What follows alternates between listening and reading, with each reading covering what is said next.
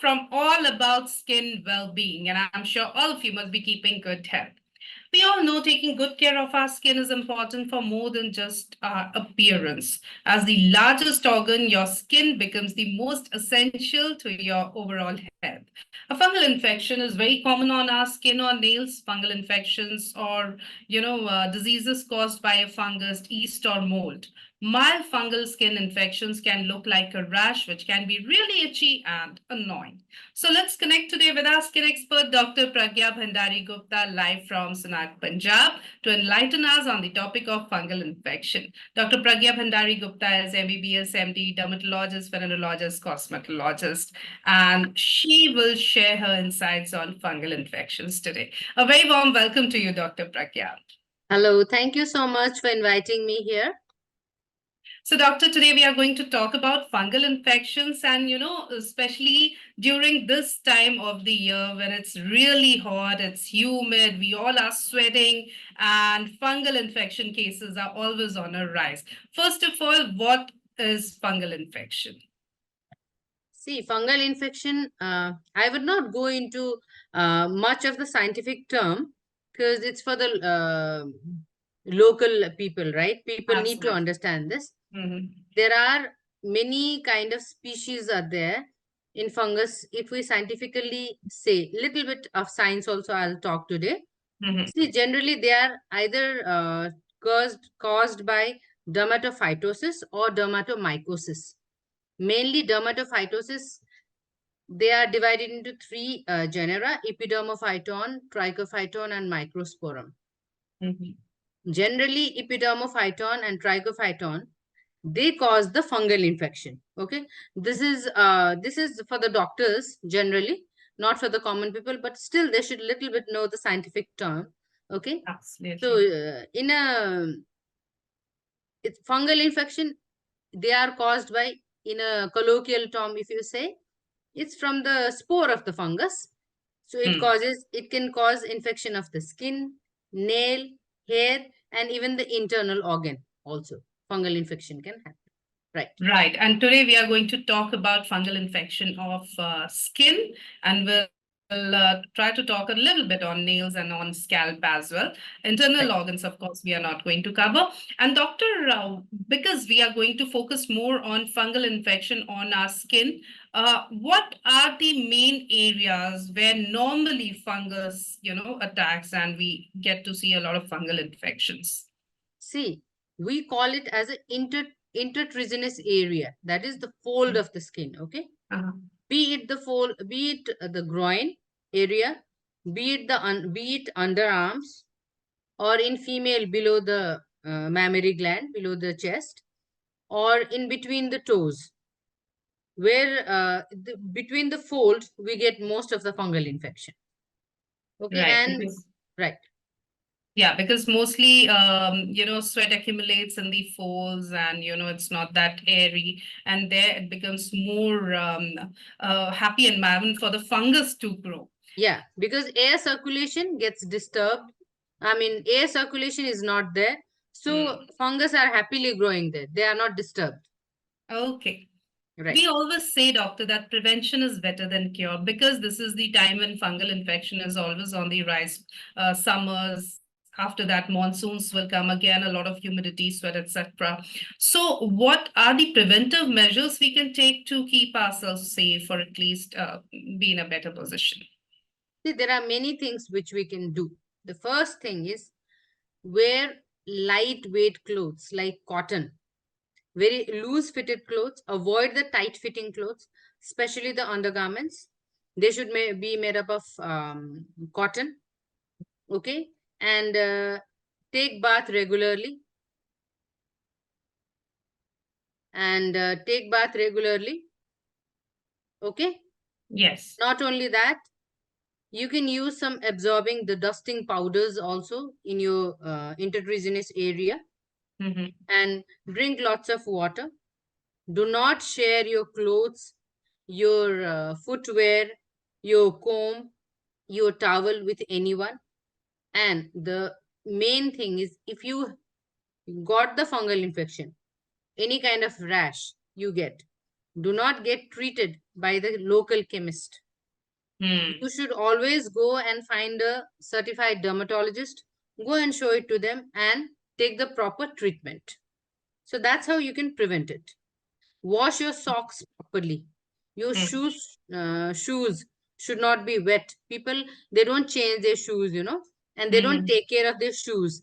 I mean, it should be dried. So these are the measures you can take care.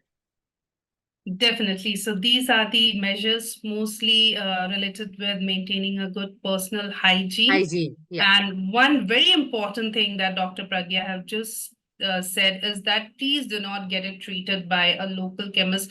Please go to the doctor, a qualified dermat at the very first place in case you get any kind of itching on your skin. That is really important. Now, doctor, because in our society, it is so common to go for home remedies, to go to a local chemist shop, or to go by what influencers are saying on various social media platforms, and get ourselves treated that way only for months, months, and months.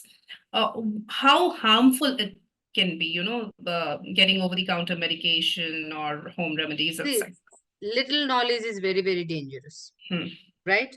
Right. The fungal infection, I mean, the treatment also, it depends on which area is involved.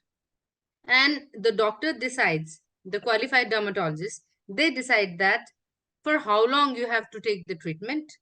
And there are different kinds of ointment. For some people, something suits. For some people, something doesn't suit.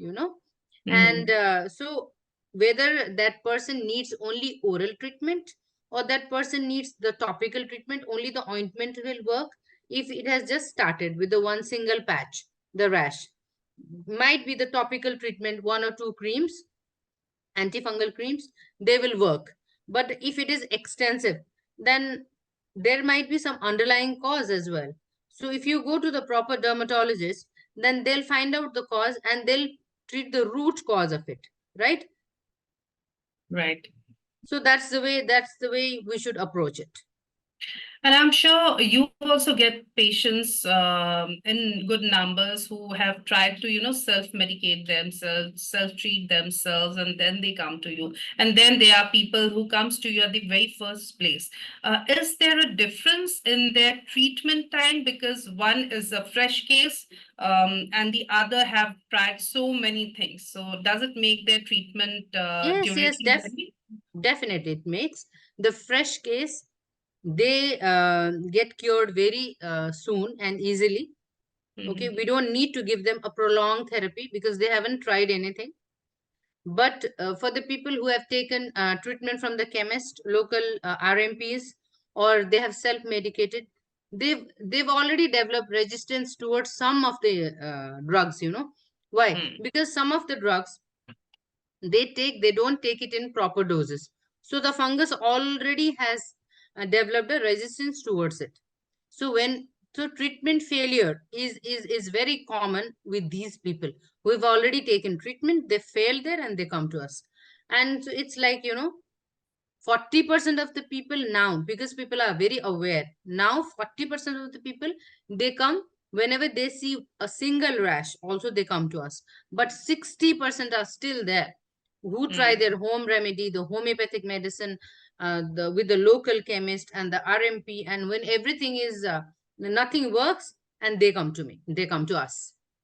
Right. So if you want to save your time, save your energy, save your money, save your health, save your skin, please go to the right person at the very first place, which is a qualified dermatologist in case it's related with your skin, your nails, your scalp, anything. So in case you have any kind of rash, itching, any infection or allergy, please go to the dermat.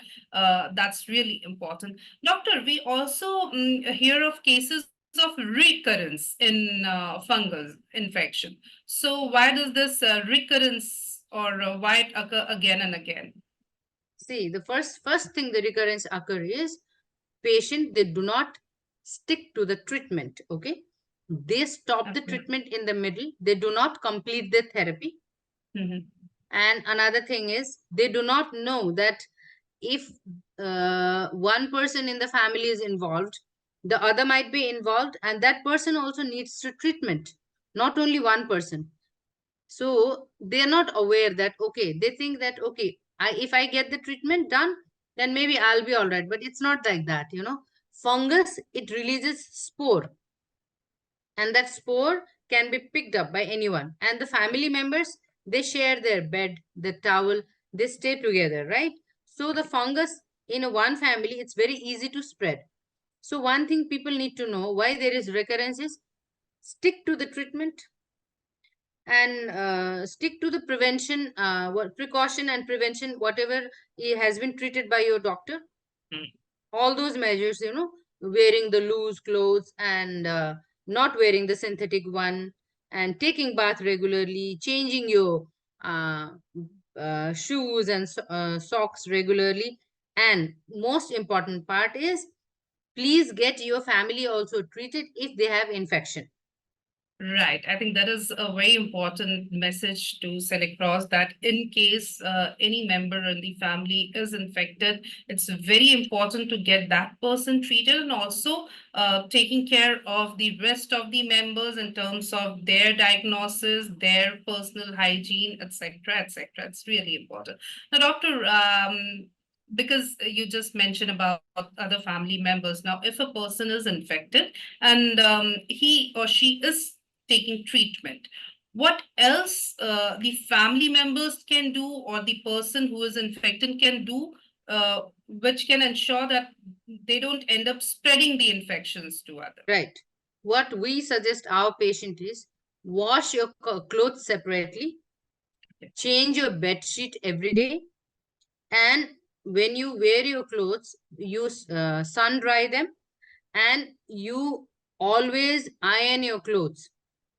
Even your undergarments need to be ironed properly before you use them, so that the fungus is completely destroyed.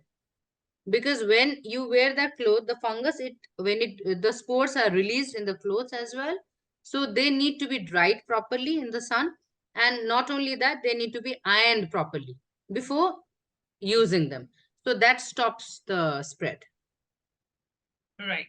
Now, when a person comes with you with the infection, maybe as a layman, the person is not aware of whether it's fungal infection or any other kind of infection or an allergy. So, do you recommend some kind of test for the diagnosis, or just by the physical investigation, clinical investigation, you can make out that this is fungal infection? See, it's a clinical diagnosis, but Okay. then when it is you know, if unusually spread all over, and if Mm-hmm. the person is very obese, and if I suspect that he must be having diabetes, especially when they have this vaginal candidiasis, I Mm-hmm. suspect that from I mean, when the patient walks in, you can judge that whether that person is having some secondary infection, a Mm-hmm. secondary cause for the fungal infection. Okay, then Okay. I go for the diagnosis. And not only that, because the patient, if the patient has more than 3 to 4 patch, if I have to put them on antifungal, basic preliminary tests like liver function test and renal function test, as well as blood sugar, I always get it done, so that at the end of the therapy, I again do it, and then make sure that they're not deranged, you know. Hmm. Right. And what are the treatment options available, doctor? See, there are local applications, there are oral tablets. As I already mentioned before, if there are only one or two patch, then generally the local topical application, it helps. But there are, if there are I do it that way. I've been practicing for past 16 years, so I do it that way. If there are 3 to 4 patches, then I don't limit myself to only topical application. I give them oral medication as well. And these infections are really very itchy. We have to give them anti allergic as well, that so that the patient do not itch and they do not spread it, you know, locally. So these all things should be taken care of. Right. We also get fungal infections on our nails, on our scalp. We would like you to shed some more light on that as well. Yeah, we can get fungal infection on our nail as well as scalp. Nail fungal infection also can be tackled very easily, and nail fungal infection is called onychomycosis. Okay, this fungal infection in the scalp, there are very different types, but for the common people, it's tinea capitis. Okay, tinea is the name for the fungus. Nail fungal infection also can be treated if it is a single nail involved, one or two nail involved. Again, there are local topical applications are there. Topical application, it helps. Otherwise, there are therapy. For the nail infection, you have to stick on to therapy for at least 9 months to 11 months, 9 months to 12 months. It depends. And it's just, we have to give therapy for 1 week in a month. It's not that every day you take a tablet. You take it for a week in a month. That way it goes because it stays in the reservoir of the nail and it keeps on releasing the molecule. Okay. And the nail infection are common to those people who keep their hand wet most of the time, and they do not care to wipe it off, keep them dry. And nail infection of the feet also generally it occurs in the people who are like all who have who sweat and they do not take care of their, I mean, hygiene, personal hygiene mainly, or people who sweat a lot Mhm. or share their footwear. Right. Right. And talking about the scalp fungal infection, doctor? Yeah, scalp fungal infection is also uh, it can be cured. Again, if you again the thing is, scalp fungal infection can manifest as a patchy hair loss, and that also when patient come to us to the dermatologist. Again, the question comes: you should go to the dermatologist if you feel any there is some patchy hair loss or there is itching. Then, with the help of the lens, we can find out that, oh, okay, is this the hair loss, hair fall problem, or it is because of the fungus? If it is a fungal infection, then it is we can treat it and it's curable. It's not a big deal, it's curable. But the thing is, diagnosis should be made on time, right? So it can be treated. Diagnosis is very important. Another very important point is to go and seek the right information from the right person, which is a qualified dermatologist. We have Yash Namdev with us, one of our viewers. His question is: are fungal infections more common in certain climates? Yes, the hot and humid climate, they attract more fungal infection because it's an environment for the fungus to grow, the spores to grow. Do fungal infection also get into eyes, doctor? Because there is a question by a viewer, Akansha. What are the signs of a fungal infection, fungal eye infection? So, See, does fungal eye infections, yeah, rare fungal eye infections are there. It's very rare. It can get into the eyes, but very, very rare. Okay. Hmm. We have Jassi. Doctor, please suggest which is the best option, soap or body wash for fungal infection? See, the soap or body wash, they both, it does not matter. You have to wash your body properly, be it body wash, be it soap, whatever you are comfortable in. Both ways, you have to have your body needs to be clean. That's the main thing. So, be Right. it body wash, be it soap, it doesn't matter. Right. And doctor, because even a pregnant lady can get fungal infection. Many a times lactating women's, get fungal infection beneath their breast. Now, the question is because we can't suggest many, antifungal drugs or many oral medication for pregnant ladies or lactating mothers. So what is the best way to treat them? What do you recommend? See, there are trimester in pregnancy. First 3 months, second 3 months, and the last 3 months, right? After the second trimester, there are some oral antifungals which we can give if the fungal infection is widespread in pregnant lady. Okay. Otherwise, generally, first trimester and second trimester, we avoid the oral antifungal. We give them the topical application as well as antihistamines, which are safe in pregnancy. The same applies for the lactating mother. Few medications are safe during the lactation, and we give that. Otherwise, most of the antifungals we avoid during the pregnancy as well as during the lactation. Okay. And of course, OTC is a big no-no for pregnant ladies. In case you're having any kind of infection, any kind of allergy, please, please, please go to the right person, which is a qualified doctor. That's really important. Consult with your gynec as well. Now, doctor, many a times we see people have this tendency because, as we are talking continuously, that chemical shops are so easily available, accessible. We get medicines without prescriptions. Now, many times what happens, because people are aware that, okay, so this is a fungal infection, they'll go get antifungal drugs and start taking them without any prescription, nothing, without any guidance. Now, that also makes them, resistant, their body resistant to antifungal drugs. How harmful that can be, and what's your take on that? See, it can be very harmful.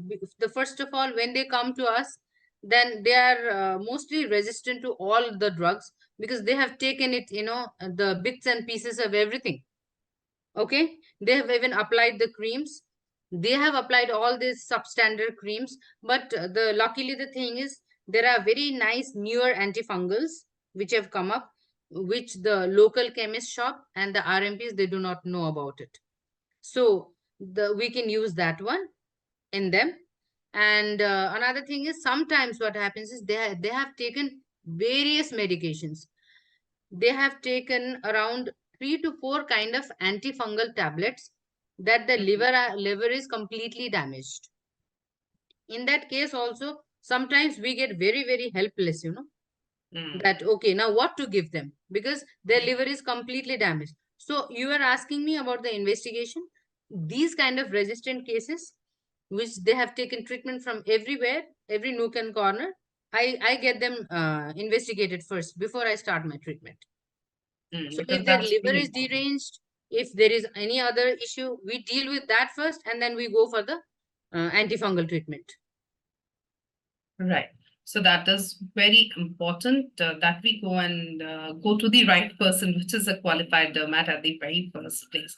And Correct. popping medicines on our own is a big no-no. It's really risky. Now, doctor, because we see a lot of ringworm on their ringworm in toes, feet, etc., which is very common, and many of our viewers have asked about it. How can we prevent getting ringworm on our feet? Again, see, during the especially in Punjab, North India, during these time, you should use open sandals or chappals. Avoid using tight fitting boots and shoes. If you have to wear your shoes also, kindly change your socks twice a day. Or before wearing your socks, use some dusting powder. There are some antifungal dusting powder. They really help you. And once you get the fungal infection, those dusting powder also, they don't help it, but just to prevent it. And Right. wash your feet regularly, properly. Again, these kind of weather is for sandal, not for the shoes. True, true. And doctor, before we sum up the whole session, any take-home message, anything we have missed out on? Yeah, you haven't talked about the sensitive issue that is a vaginal candidiasis, the yeast. Okay, Yes, yes, so yes. this summer or this time, people get lots of vaginal infection, and they ask me also like how it is spread and how it is, what are the causes. See, Hmm, in our the vagina, there is a mixture of bacteria as well as the yeast. hmm, Generally, there is a thing called lactobacillus, and it releases lactic acid. Okay, hmm, that lactic acid, it helps our vaginal skin and it prevents the overgrowth of yeast. But there are certain people who keep on doing the douching or unnecessarily washing that area with so many kind of intimate wash hmm, hmm, that is not needed. See, your vagina is a self cleansing organ. It is a hmm, lactobacillus. It has a lactic acid, and that is a self cleansing organ. You don't need to do that. hmm, And they should take care during the monthly cycle also, that they change their napkins properly on time and maintain the personal hygiene so that they do not get that vaginal yeast infection, in local colloquial language, which we call it candidiasis. Okay. Thank you so very much, Doctor. It was wonderful talking to you, and it was a very informative session for our viewers as well. Thank you so very much once again. Thank you. Thank you so much for having me here for the talk. Thank you, Doctor. And we really look forward for many more such sessions with you in coming times. Most welcome. And viewers, thank you for your excellent participation in today's session. For more information and updates on skin health and care, stay connected on our FB page, all about skin well-being. We are also available on YouTube, Twitter, and Instagram. Thank you. Have a great day ahead. Goodbye.